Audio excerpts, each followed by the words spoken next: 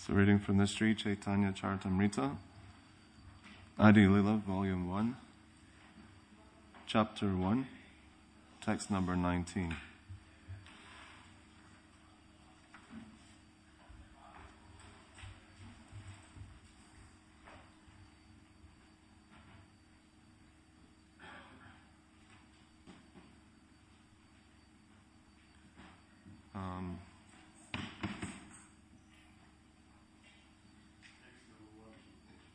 Oh, that's text number 1? Oh, it's not 1:19. It's chapter 1 to 19. Oh, okay, I see. Okay. So it's actually Adi Lila, Volume 1, Chapter 1, Text number 1. Okay.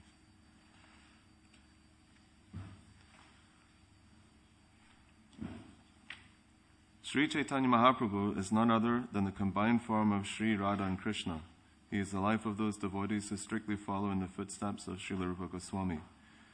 Srila Rupa Goswami and Srila Sanatana Goswami are the two principal followers of Srila Sarup Damodar Goswami, who acted as the most confidential servitor of Lord Sri Krishna Chaitanya Mahaprabhu, known as Vishvambara in his early life. A great disciple of Srila Rupa Goswami was Srila Raghunath Das Goswami. The author of Sri Chaitanya Charitamrita, Srila Krishnadas Kaviraj Goswami, stands as a direct disciple of Srila Rupa Goswami and Srila Raghunath Das Goswami. The direct disciple of Srila Krishnadas Kaviraj Goswami was Srila Narottam Das Thakur, who accepted Srila Vishwanath Chakravarti as his servitor. Srila Vishwanath Chakravarti Thakur accepted Srila Jagannath Das Babaji, who initiated Srila Bhaktivinoda Thakur, who in turn initiated Srila Gaurkishore Das Babaji, the spiritual master of Om Vishnupad, Srila Bhaktisiddhanta Saraswati Goswami Maharaj, the divine master of our humble self. Since we belong to this chain of disciplic succession from Sri Chaitanya Mahaprabhu, this edition of Sri Chaitanya Charitamrita will contain nothing newly manufactured by our tiny brains, but only remnants of foodstuff originally eaten by the Lord himself. Lord Sri Chaitanya Mahaprabhu does not belong to the mundane plane of the three qualitative modes. He belongs to the transcendental plane beyond the reach of the imperfect sense perception of a living being. Even the most erudite, mundane scholar cannot approach the transcendental plane unless he submits himself to transcendental sound with the receptive mood, for in that mood only can one realize the message of Sri Chaitanya Mahaprabhu. What will be described herein, therefore, has nothing to do with the experimental thoughts created by the speculative habits of inert minds. The subject matter of this book is not a mental concoction, but a factual spiritual experience that one can realize only by accepting the line of disciplic succession described above. Any deviation from that line will bewilder the reader's understanding of the mystery of Sri Chaitanya Charitamrita, which is a transcendental literature meant for the postgraduate study of one who has realized all the Vedic literatures such as the Upanishads and Vedanta and their natural commentaries such as Srimad Bhagavatam and Bhagavad Gita. This edition of Sri Chaitanya Charitamrita is presented for the study of sincere scholars who are really seeking the absolute truth. It is not the arrogant scholarship of a mental speculator, but a sincere effort to serve the order of a superior authority whose service is the life and soul of this humble effort. It does not deviate even slightly from the revealed scriptures. And therefore, anyone who follows in the disciplic line will be able to realize the essence of this book simply by the method of oral reception. The first chapter of Sri Chaitanya Charitamrita begins with 14 Sanskrit verses that describe the absolute truth. Then the next 3 Sanskrit verses describe the principal deities of Vrindavan, namely Sri Radha Madan Mohan, Sri Radha Govinda Deva, and Sri Radha Gopinathji. The first of the 14 verses is a symbolic representation of the supreme truth, and the entire first chapter is in actuality devoted to this single verse which describes Lord Chaitanya in his 6 different transcendental expansions. The first manifestation described is the spiritual master, who appears in 2 plenary parts called the initiating spiritual master and instructing spiritual master. They are identical because both of them are phenomenal manifestations of the Supreme Truth. Next described are the devotees, who are divided into 2 classes, namely the apprentices and the graduates. Next are the incarnations or avatars of the Lord, who are explained to be non-different from the Supreme Lord. These incarnations are considered in 3 divisions: incarnations of the potency of the Lord, incarnations of his qualities, and incarnations of his authority. In this connection, Lord Sri Krishna's direct manifestations and his manifestations for transcendental pastimes are discussed. Next considered are the potencies of the Lord, of which 3 principal manifestations are described: the consorts in the kingdom of God, Vaikuntha, the queens of Dwarka Dham, and, highest of all, the damsels of Raja Dham. Finally, there is the Supreme Lord himself, who is the fountainhead of all these manifestations. Lord Sri Krishna and his plenary expansions are all in the category of the Lord himself, the energetic absolute truth, whereas his devotees, his eternal associates, are his energies. The energy and energetic are fundamentally one, but since their functions are differently exhibited, they are simultaneously different also. Thus, the absolute truth is manifested in diversity in one unit. This philosophical truth, which is pursuant to the Vedanta Sutras, is called Atyantya Veda Veda Tattva, or the conception of simultaneous oneness and difference. In the latter portion of this chapter, the transcendental position of Sri Chaitanya Mahaprabhu and that of Srila Nityananda Prabhu are described with reference to the above theistic facts. So text number 1, translation by Srila Prabhupada, and there's no purports. I offer my respectful obeisances unto the spiritual masters, the devotees of the Lord's incarnations, his plenary portions, his energies, and the primeval Lord himself, Sri Krishna Chaitanya. Text number 2. Vande Sri Krishna Chaitanya Nityananda Sahodito Gaudadyaye Pushpavanto Chitrasanda Tamo Nudao. Translation. I offer my respectful obeisances unto Sri Krishna Chaitanya and Lord Nityananda, who are like the sun and moon. They have arisen simultaneously on the horizon of Gauda to dissipate the darkness of ignorance and thus wonderfully bestow benediction upon all. Text number 3. Yad advaitam brahmapanashati tad apyasya tanubha yatmaram yami purusha iti sodhyasyamda vibhava sad aishvarya purnoya iha bhagavan savsvayam ayang na chaitanyat krishnach jagdati paratatvam param miha. Translation. What the Upanishads describe as the impersonal Brahman is but the effulgence of his body, and the Lord known as the Supersoul is but his localized plenary portion. He is the Supreme Personality of Godhead himself, full with 6 opulencies. He is the absolute truth, and no other truth is greater than or equal to him. Text number 4. Anarpita charim chirat karunaya vitarn kalo samarpayatum vinachdodvarla rasam swa bhakti shriyam hari purata sundara dyuti kadamba sandipitaha sadaridaye kandare svurato vasachinandana. Translation. May that Lord, who is known as the son of Srimati Sachi Devi, be transcendentally situated in the innermost chambers of your heart. Resplendent with the radiance of molten gold, he has appeared in the age of Kali by his causeless mercy to bestow what no incarnation ever offered before, the most sublime and radiant spiritual knowledge of the mellow taste of his service. Text number 5. Radha Krishna Pranaya Vrikitir Ladini Shakti Rasmat Ekatman Dvavapi Bhuvi Puradeha Bidam Gatato Chaitanyakyam Prakatam Aduna Tadvayam Chaikam Aptam Radha Bhavadyuti Sfulalitam Naoma Krishna Swarupam. Translation.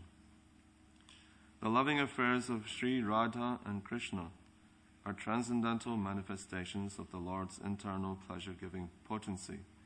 Although Radha and Krishna are one in their identity, they separated themselves eternally. Now these two transcendental identities have again united in the form of Sri Krishna Chaitanya. I bow down to him who has manifested himself with the sentiment and complexion of Srimati Radharani, although he is Krishna himself. Text number 5. Shri Radhaya Pranaya Mahima Kidrisho Vanayava Swaddo Yenadbhuta Mahurima Kidrisho Vamadhyaya Sokyam Chasya Madad Anubhavata Kidrisham Vetilobat Tad Bhavadya Samadjani Sachi Garbhasando Harindu. Translation. Desiring to understand the glory of Radharani's love, the wonderful qualities in him that she alone relishes through her love, and the happiness she feels when she realizes the sweetness of his love, the Supreme Lord Hari, richly endowed with her emotions, appears from the womb of Srimati Sachi Devi as the moon appears from the ocean. Text number 7. Sankarshana Karuna Toya Sai Karbodashai Chapayod Bibi Sai Sheshas Charya Shamsha Kalasa Nitya Nandakya Ramasharanam Mamastu. Translation. May Sri Nityananda Ram be the object of my constant remembrance. Sankarshan, Sheshanag, and the Vishnus who lie on the Karana ocean, Garbha ocean, and the ocean of milk are his plenary portions and the portions of his plenary portions. Text number 8. Mayatite Vyapi Vaikunta Loke Purnashvarya Shri Chatur Vyuha Madhye Rupam Yashyo Abhyati Sankarshanakshyamal Tang Shri Nityanandaramam Prapadye. Translation. I surrender unto the lotus feet of Sri Nityananda Ram, who is known as Sankarshan, in the midst of the Chatur Vyuha, consisting of Vasudev, Sankarshan, Pradyumna, and Aniruddha. He possesses full opulences and resides in Vaikuntha Loka, far beyond the material creation. Text number 9.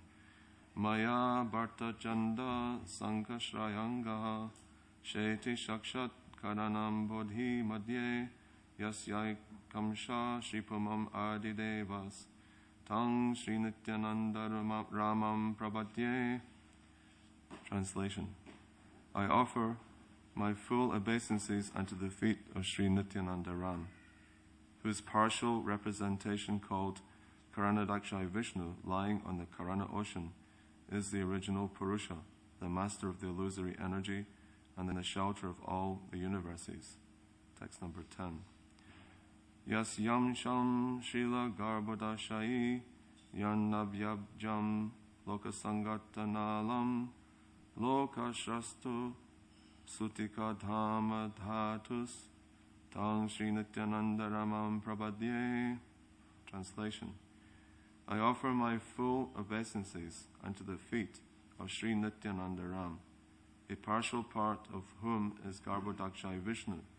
From the navel of Garbhodakshai Vishnu sprouts the lotus that is the birthplace of Brahma, the engineer of the universe. The stem of that lotus is the resting place of the multitude of planets. Text number 11.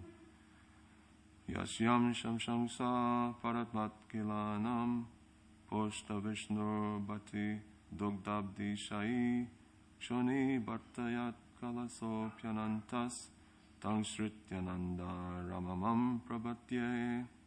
Translation.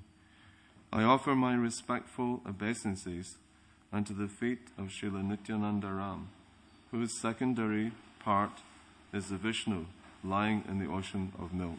Jai Shri Shri Radha Gokulananda Sitaram Lakshman Hanuman Shri Shri Gaurnitai Shri Yashoda Mai and Damodarji Ki Jai. I offer my respectful obeisances unto the feet of Sri Nityananda Ram, whose secondary part is the Vishnu lying in the ocean of milk.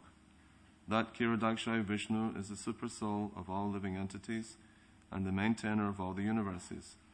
Sheshanaga is his further subpart. Text number 12. Mahavishnu Jagat Karta Mayayaya Srijatyadaha Tasya Davatara Evayam Advaitacharya Ishvaraha. Translation. Lord Advaitacharya is the incarnation of Mahavishnu, whose main function is to create the cosmic world through the actions of Maya.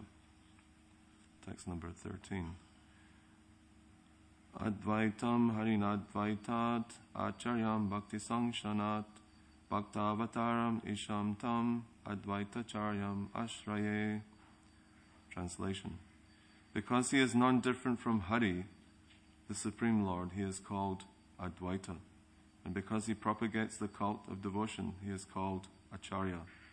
He is the Lord and the incarnation of the Lord's devotee. Therefore I take shelter of him. Text number 14. Panchatatvatmakam Krishnam Bhakta Rupa Swarupakam Bhaktavataram Bhaktakyam Namami Bhakta Shaktikam. Translation. I offer my obeisances unto the Supreme Lord Krishna, who is non-different from his features as a devotee, devotional incarnation, devotional manifestation, pure devotee, and devotional energy. The next few texts, I'm sure, are quite familiar to most of the devotees who are living in the temple. Text number 15. Jayatang surato pangor mama mandar mater gati matsarvasva padambujo radha madana mohano. Translation. Glory to the all-merciful Radha and Madan Mohan. I am lame and ill-advised, yet they are my directors, and their lotus feet are everything to me. Text number 16. Divya Drindaranya Kalpadrumada Srimad Ratnagara Singhasanasto Srimad Radha Shila Govinda Devo Pristalibi Sevyamano Smarami. Translation. In a temple of jewels in Vrindavan, underneath a desire tree, Sri Sri Radha Govinda, served by their most confidential associates, sits upon an effulgent throne. I offer my humble obeisances unto them. Text number 17. Shriman Rasarasarambi Vamsivata Tatasitaha Karshan Venus Vener Gopir Gopinatha Shriye Stutaha. Translation. Sri Srila Gopinath, who originated the transcendental mellow of the rasa dance, stands on the shore in Vamsivata and attracts the attention of the cowherd damsels with the sound of his celebrated flute. May they all confer upon us their benediction. Text number 18. Jaya Jaya Shri Chaitanya Jaya Nityananda Jaya Dvaita Chandra Jaya Gaura Bhakta Vrinda. Translation. Glory to Sri Chaitanya and Nityananda. Glory to Advaita Chandra. And glory to all the devotees of Sri Gaura, Lord Chaitanya. Text number 19. And this is in Bengali. Etina Takura Godiakya Karyachena Atmasat Etinera Charana Vindo Tini Moranata. Translation. These three deities of Vrindavan, Madan Mohan, Govinda, and Gopinath, have absorbed the heart and soul of the Gaudiya Vaishnavas, the followers of Lord Chaitanya. I worship their lotus feet, for they are the lords of my heart. Purport by Srila Prabhupada. The author of Sri Chaitanya Charitamrita offers his respectful obeisances unto the three deities of Vrindavan, named Sri Radha Madana Mohan, Sri Radha Govinda Deva, and Sri Radha Gopinathji. These three deities are the life and soul of the Bengali Vaishnavas or Gaudiya Vaishnavas, who have a natural aptitude for residing in Vrindavan. The Gaudiya Vaishnavas, who follow strictly in the line of Sri Chaitanya Mahaprabhu, worship the divinity by chanting transcendental sounds meant to develop a sense of one's transcendental relationship with the Supreme Lord, a reciprocation of mellows or rasas of mutual affection, and ultimately the achievement of the desired success in loving service. These three deities are worshipped in three different stages of one's development. The followers of Sri Chaitanya Mahaprabhu scrupulously follow these principles of approach. Gaudiya Vaishnavas perceive the ultimate objective in Vedic hymns composed of 18 transcendental letters that adore Krishna as Madana Mohan, Govinda, and Gopijana Balaba. Madana Mohana is he who charms Cupid, the god of love. Govinda is he who pleases the senses and the cows, and Gopijana Balaba is the transcendental lover of the gopis. Krishna himself is called Madana Mohana, Govinda, Gopijana Balaba, and countless other names as he plays in his different pastimes with his devotees. The three deities, Madana Mohana, Govinda, and Gopijana Balaba, have very specific qualities. Worship of Madan Mohan is on the platform of re-establishing our forgotten relationship with the personality of Godhead. In the material world, we are presently in utter ignorance of our eternal relationship with the Supreme Lord. Pango refers to one who cannot move independently by his own strength, and Mandamate is one who is less intelligent because he is too absorbed in materialistic activities. It is best for such persons not to aspire for success in fruitive activities or mental speculation, but instead simply to surrender to the Supreme Personality of Godhead. The perfection of life is simply to surrender to the Supreme. In the beginning of our spiritual life, we must therefore worship Madan Mohan so that he may attract us and nullify our attachment for material sense gratification. This relationship with Madan Mohan is necessary for neophyte devotees. When one wishes to render service to the Lord with strong attachment, one then worships Govinda on the platform of transcendental service. Govinda is a reservoir of all pleasures. When, by the grace of Krishna and the devotees, one reaches perfection in devotional service, he can appreciate Krishna as Gopijana Balaba, the pleasure deity of the damsels of Braja. Lord Sri Chaitanya Mahaprabhu explained this mode of devotional service in 3 stages, and therefore these worshipable deities were installed in Vrindavan by different Goswamis. They are very dear to the Gaudiya Vaishnavas there, who visit the temples at least once a day. Besides the temples of these 3 deities, many other temples have been established in Vrindavan, such as the temple of Radha Damodar, of Jiva Goswami, the temple of Sham Sundar, of Shamananda Goswami, the temple of Gokulananda, of Lokanath Goswami, and the temple of Radharaman of Gopal Bhatta Goswami. There are 7 principal temples over 400 years old that are the most important of the 5,000 temples now existing in Vrindavan. Gaudiya indicates the part of India between the southern side of the Himalayan mountains and the northern part of the Vindhya hills, which is called Aryavarta, or the land of the Aryans. This portion of India is divided into 5 parts or provinces: Pancha Goda Desh, Saraswata, Kashmir and Punjab, Kanya Kubja, Uttar Pradesh, including the modern city of Lucknow, Madhya Goda, Madhya Pradesh, Maithila, Bihar and part of Bengal, and Utkal, part of Bengal and the whole of Orissa. Bengal is sometimes called Goda Desh, partly because it forms a portion of Maithila and partly because the capital of the Hindu king Raja Lakshman Sen was known as Gauda. This old capital later came to be known as Gaudapura and gradually Mayapur. The devotees of Orissa are called Udiyas. The devotees of Bengal are called Gaudiyas. And the devotees of southern India are known as Dravidi devotees. As there are 5 provinces of Aryavarta, so Dakshinatya, southern India, is also divided into 5 provinces which are called Pancha Dravida. The 4 Vaishnava Acharyas, who are the great authorities of the 4 Vaishnava disciplic successions, as well as Sripad Shankaracharya of the Mayavad school, appeared in the Pancha Dravida provinces.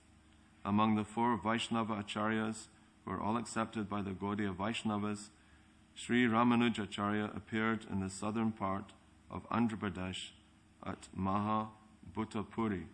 Sri Madhavacharya appeared at Pajakam near Vimanagiri in the district of Mangalore. Sri Vishnu Swami appeared at Pandya, and Sri Nimbarka appeared at Mungera Patana in the extreme south. Sri Chaitanya Mahaprabhu accepted the chain of disciplic succession from Madhavacharya, but the Vaishnavas in his line do not accept the Tattvavadis, who also claim to belong to the Madhava Sampradaya. To distinguish themselves clearly from the Tattvavadi branch of Madhava's descendants, the Vaishnavas of Bengal prefer to call themselves Gaudiya Vaishnavas. Sri Madhavacharya is also known as Sri Gauda Purnananda, and therefore the name Madhava Gaudiya Sampradaya is quite suitable for the disciplic succession of the Gaudiya Vaishnavas. Our spiritual master Om Vishnupad Srimad Bhaktisiddhanta Saraswati Goswami Maharaj accepted initiation in the Madhava Gaudiya Sampradaya.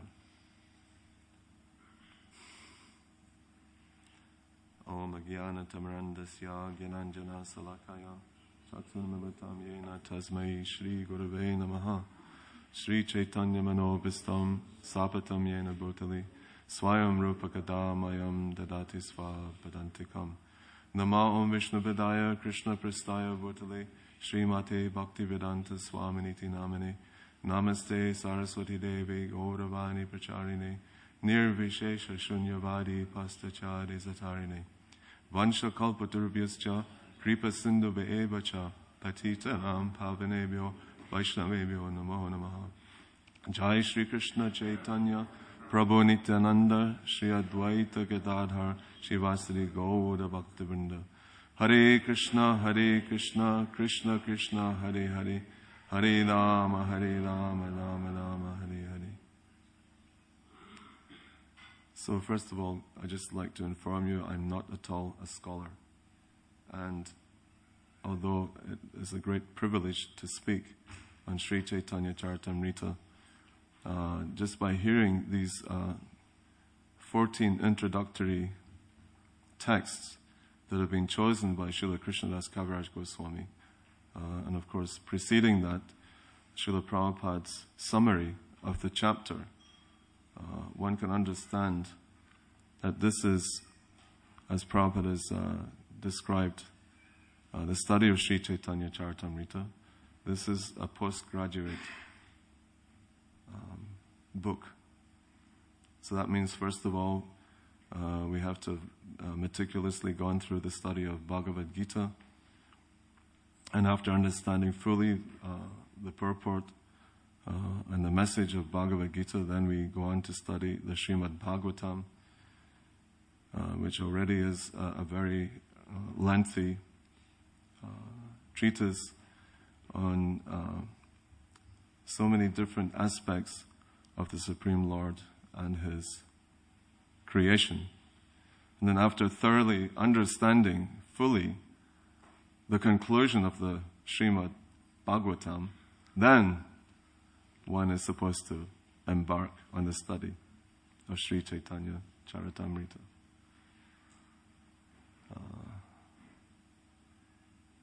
So as Prabhupada also very clearly pointed out to us, that we possess puppy brains, especially the first generation of devotees who came into the association of Srila Prabhupada in the 60s and the 70s.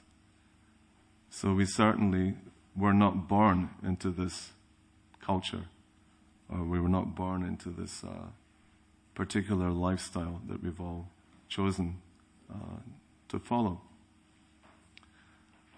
So you have to bear with us, because we don't have the brains, the brain substance, although perhaps for 40 odd years or whatever the number of years is, we've been attempting to stick very strictly to the principles of sadhana bhakti. We have a tremendous paucity between the two ears to completely assimilate and also broadcast the message that now we're embarking on, which is this information that Sri Chaitanya Mahaprabhu and Nityananda Prabhu, because they're eternal associates, you can't have one without the other, that they are the Supreme Personality of Godhead, and that they're partial representations, just like has also been mentioned in these some of these texts of Nityananda Ram, just him himself. Partial representations are Karana Dakshaya Vishnu, Garbo Dakshaya Vishnu, and Kiro Dakshaya Vishnu. What to speak of Sheshanaga. And the Chatur Vyuha, Vasudev, Pradyumna, Aniruddha, and Sankarshan. So they're all simply little parts of the makeup of Nityananda Prabhu. How we can understand that is quite extraordinary. And therefore, because we cannot fully understand, even Lord Brahma with his 4 incredibly pure brains, because he was born on this lotus flower emanating from the navel of Garbhodakshaya Vishnu. Of course, Lakshmi Devi, the consort of Lord Vishnu, always accompanies Garbhodakshaya Vishnu, but she's simply there to attend to massaging his legs, that's all. She's not used to create life or to create a child. Of course, here in the material world, we need both the male and the female, and they have to come together. There has to be sexual union, then there's a child. But with Garbhodakshaya Vishnu, he's both the father and the mother. And also the birth is quite extraordinary, because generally speaking, we understand that birth means that the child is, first of all, residing within the womb of the mother, and after 9 or 10 months comes out from the womb. But here, Lord Brahma is coming directly, not from the womb, not even from the body of Garbhodakshaya Vishnu, but from the stem of the lotus flower, which is emanating from the lotus navel of Garbhodakshaya Vishnu. And he's also the firstborn, and he's also, of course, we know, as the creator, and as well as, technically speaking, he's the engineer of the universe. So he doesn't just have one head. Of course, our particular Lord Brahma only has 4, whereas in other universes we also come to know that there are a Garbhodakshaya Vishnu within every universe, and in other universes which are bigger than this universe, because ours is quite small compared to some other universes. So those Lord Brahmas have 10 heads, 100 heads, 10,000 heads, 100,000 heads, and so on. And even some Lord Brahmas who possess millions of heads, even they, with all their pure brains, because they're, from their creation, from their origin, they're actually emanations of Garbhodakshaya Vishnu. They can't even comprehend fully the Supreme Personality of Godhead, and they also tend towards illusion. They also can be covered by illusion. So what to speak of us who've got tiny little brains within the space of the 2 ears? How we can start to understand this tremendous potency of Lord Nityananda. Or to speak of Lord Chaitanya, who's actually the combination of Lord Krishna and Srimati Radharani, who are eternally separate. They're always separate. They always exist within Goloka Vrindavan, eternally separate. But the Lord decided to join together, and in this way, he appears as Lord Chaitanya, with the first name as Vishvambara. Of course, his affectionate name is Nimai, and he's given that name because his mother Sachi Devi happened to give birth underneath a neem tree, but his actual given name is Vishvambara.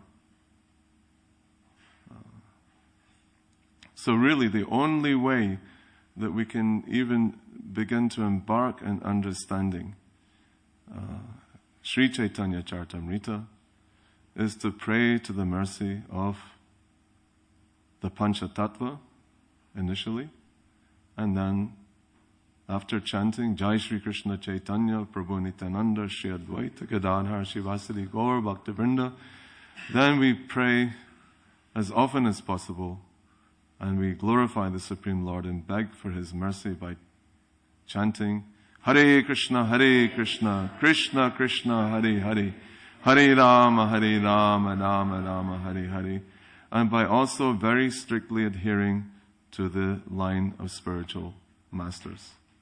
Because this line of disciplic succession, known as the Brahma, Madhava, Gaudiya Sampradaya, which is an unbroken line, is the only way. That's really the umbilical cord that links us all the way to Lord Chaitanya Mahaprabhu and beyond Lord Chaitanya Mahaprabhu. Actually not beyond, because Lord Chaitanya Mahaprabhu is on the same level as Radha and Krishna.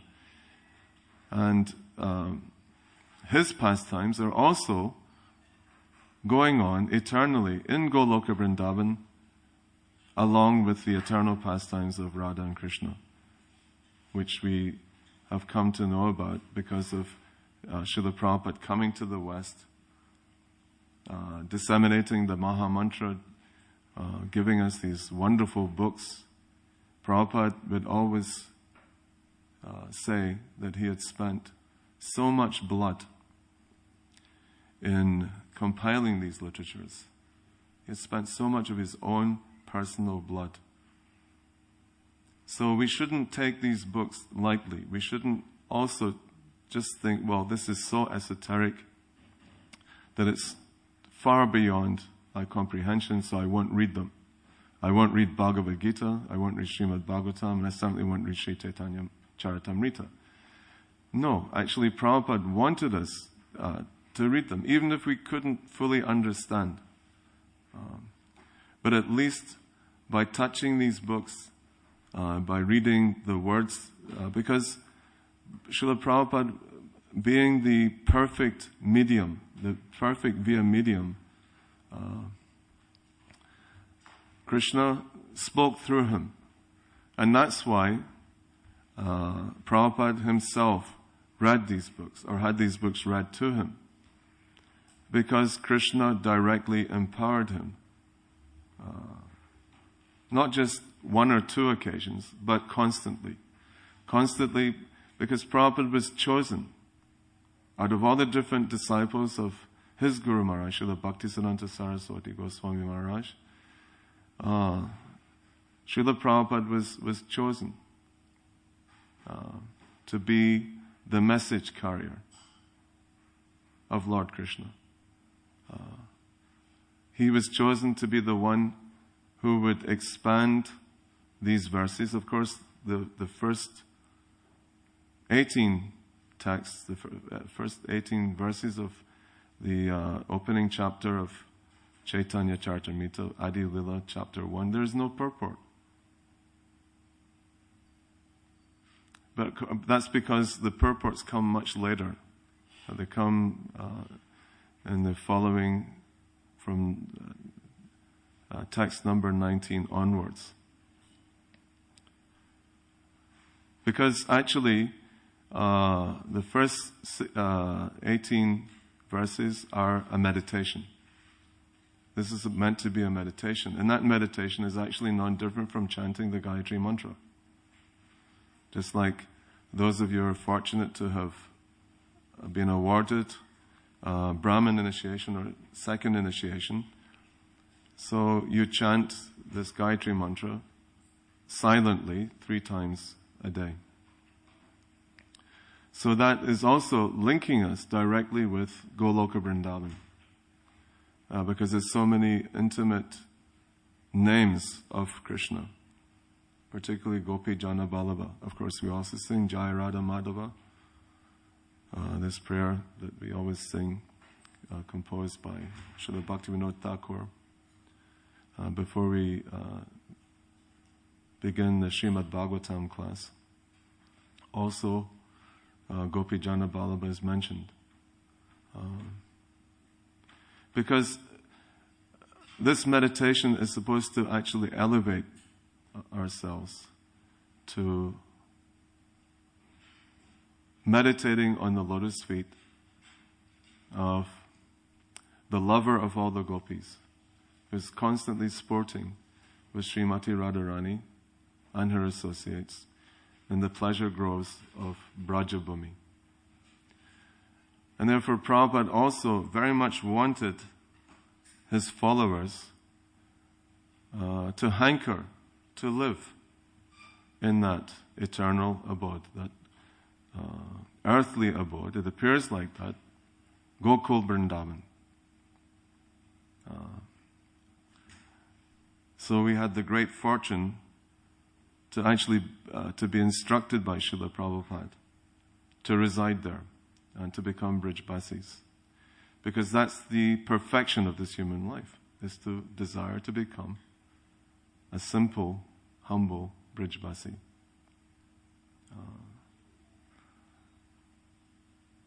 And of course there you'll find those temples that are being described previously. Madan Mohan, Govinda Deva, and Gopinathji. What to speak of the other temples that also Prabhupada mentions in this particular purport: Radharaman, Radha Damodar, Radha Shamsundar, Krishna Balaram Mandir. Because of course that temple was established not so long ago. It's not 400 years old. It's hardly 40 years old. That temple was opened in 1975. So, but that mood of Krishna Balaram Mandir with the deities of Radha Shamsundar, Lalita Vishaka, and Shri Shri Gaurnitai is also non-different from the mood of the original Goswamis of Vrindavan that were sent personally by Sri Chaitanya Mahaprabhu, because of course at that time in the early 1500s there weren't any temples visible in that land of Braj, in the Chaurasi coast, the 84 square miles, because due to the passing of time, although of course we also come to know that the grandson of Krishna, Vajranabha, he actually established 5,000 deities. So those deities, some have been discovered over the course of time. Some were actually revealed to certain personalities like Madhavendra Puri while he was meditating under the shelter of Govardhan Hill. Of course, that deity now is to be found in a little town called Nathdwara in Rajasthan. And that deity has now got the name Srinathji. But that deity was one of the 5,000 deities which was established by Vajranabha. But over the course of thousands of years, the temples fell into disrepair and the deities remained hidden. They remained covered for some reason or another. Also, of course, the deity of Rupa Goswami, Radha Govinda, that was hidden under a hill. And Rupa Goswami was advised by some of the local residents, the local Brijbasis, because it was also occupied. There was a lot of farming going on, and there was simple activities, growing sugarcane, growing wheat, looking after the cows. And this particular hill, one particular cow would go there, and she would deposit her milk on the top of that little mound. It wasn't a big hill, it was a little mound. But that was a very unusual type of activity. But Srila Rupa Goswami was given through a dream, the instruction to excavate that mound, and there he discovered what we know as the Govinda Deva deity. And of course, the history is there that one great king from Rajasthan, Maharaj Man Singh, he gave a huge amount of money to build a temple. And even today there's a village very close to Vrindavan called Pattarpur. Pattar means stone, and Pur means town or village. It's the town of stone. There's so many quarries there, so all the stone was excavated from Pattarpur, and the Radha Govinda temple was built. But then, of course, in recent history, because of the Mughal influence, that deity was also removed from that temple, and now you can go and have darshan of that exactly the same deity that was originally installed by Bhadranabha, and you can see that in the city palace temple of Jaipur. And the Madan Mohan deity, that's to be found no longer in Vrindavan. Of course, the temple is still there, the structure is still there on top of that hill next to the Jamuna. And where we were living, because Prabhupada was so merciful to our family that he not only requested us to live there, he also gave us a residence, which was quite astonishing, I have to say. And that place, which was given by a family called Ghanshyam Das Taparia, when in late 1975, early 1976, this property was given to Srila Prabhupada by this wealthy businessman from Mumbai. And so he called me, he said, I want you to live there. I want you and your family to live in that place, and this will be your home for the rest of your lives. So we went over there. From the roof, we could actually have darshan of Madan Mohan temple. We were that close. We're just right on the Parikrama path. Of course, that's now known as the Krishna Balaram Goshala. But at that time, there were some Nepali sadhus who had kind of encroached on the property. They were living next door, but also on this empty property, because no one had lived there for at least 25, 30 years. It was completely vacant, and there was no wall, no security, no guards, nothing. So when Prabhupada suggested to me to go over there, I went over there, and I looked at the property, and I came back, and Prabhupada said, what do you think? And I said, well, it looks really unsafe.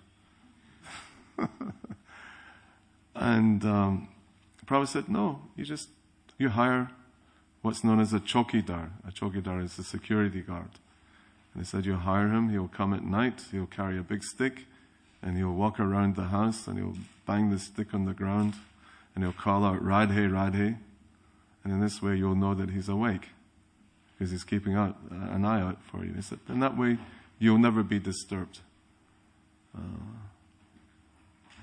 So obviously Prabhupada was insisting, almost like against our will, that we should live over there. And so we did. But then we also discovered, of course, very quickly, there was no running water, there was no toilet, there was no electricity, no telephone. So we nicknamed the place Tapasya House. Not Taparya House. Tapasya House.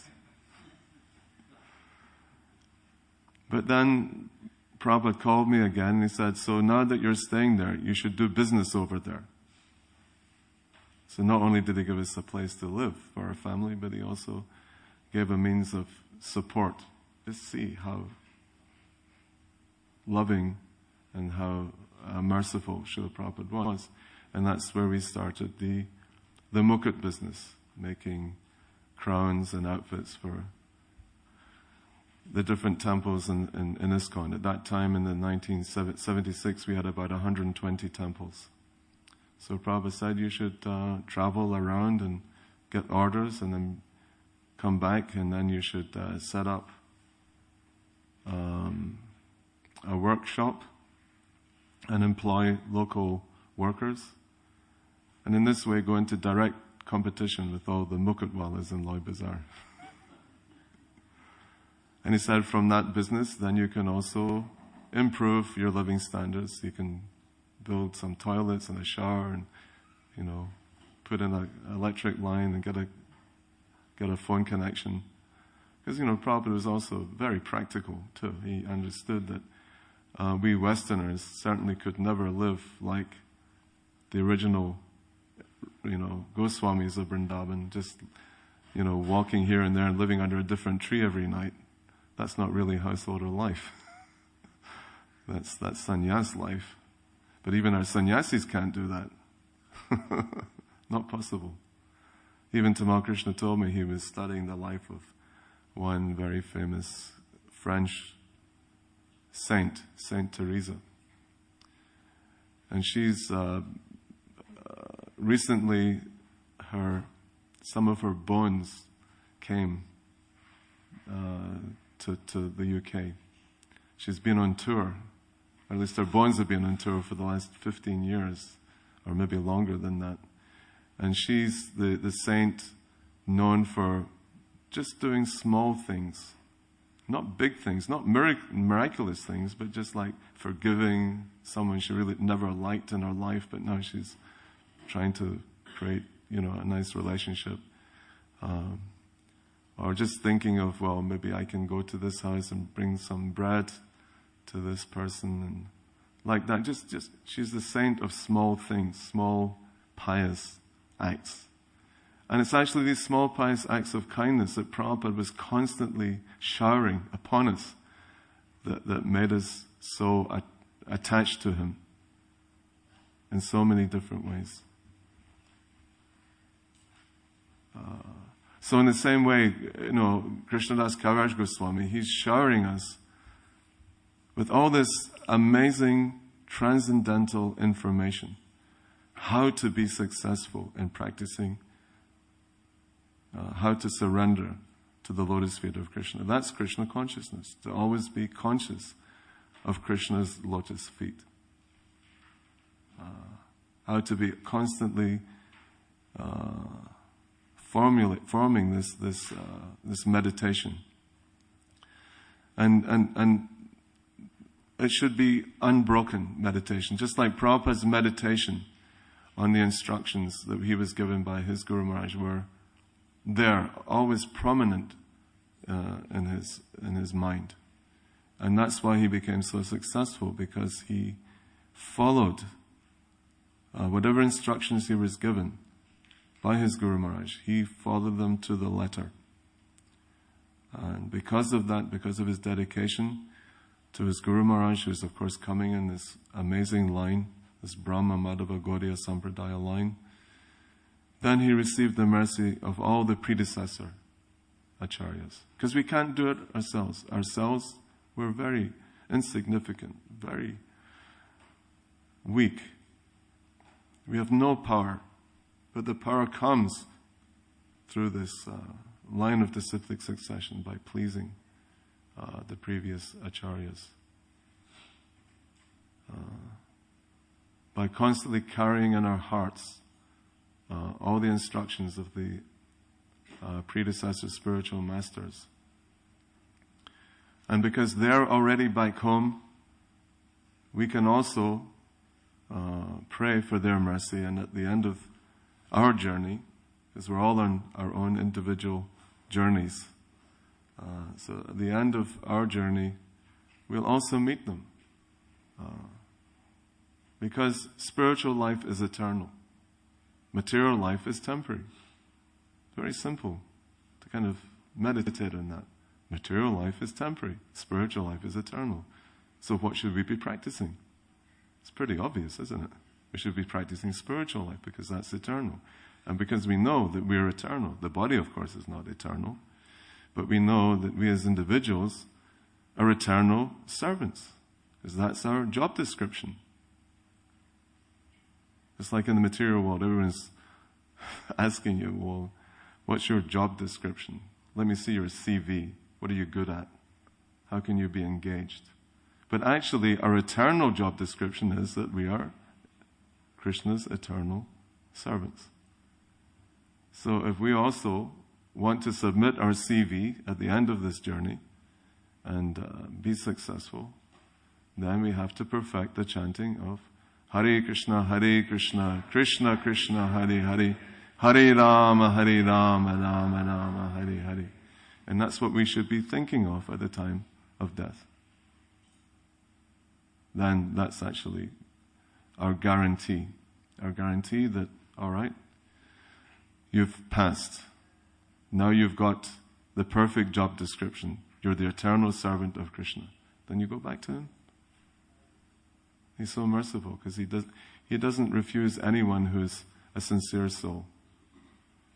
Some of us may not immediately go to Goloka Vrindavan. We may be sent to some other universe where Krishna's enacting his eternal pastimes. And then we get trained up. We become apprentice eternal servants. We go through our apprenticeship, and then just like the manner is famous for the college courses, the introductory course, the Bhakti Shastri course, the Bhakti Vaibhav, and so on. So when we pass all of these courses and we go through the school system also, of course, the children, our children also have to be educated so nicely, and of course they have a head start because already they're born into the family of devotees. I wasn't born into a family of devotees, but hopefully my children, their children's children are being born into the family of devotees who really care that the real goal of education is to perfect what? The chanting of Hare Krishna, Krishna Krishna, Hare Hare, Hare Rama, Rama Rama, Hare Hare. That's the beginning of spiritual life, and it's also the end. That's the Alpha and the Omega, like they say in Greek. The first letter is A and the last letter is Omega. Om. That sound Om vibration is actually there within the sound of Omega. Omega.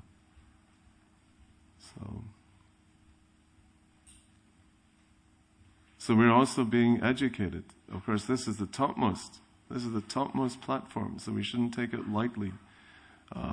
This is something that we should refer back to. And of course, later on in this chapter, it's all about what is the definition of a spiritual master. And you won't get a better definition of a bona fide spiritual master than this particular description that we're going to read in the next few days. And, when we have Chaitanya Charitamrita class, this first chapter is all about what is a bona fide spiritual master. And Srila Prabhupada should know, because he was. He was the most expert spiritual master, and therefore he was the perfect person to describe what is the perfect spiritual master. As they say, it takes one to know one. And then we can't be cheated. So we'll finish there, because I think there's some, already gone over 15 minutes, right? There's some program happening now? Oh, it's a wedding, okay. Hatches, matches, and dispatches. Hatches, matches, and dispatches. This is the middle section between the hatches and the dispatches. Matches. Sri Chaitanya Charitamrita ki jai. Srila Prabhupada ki jai.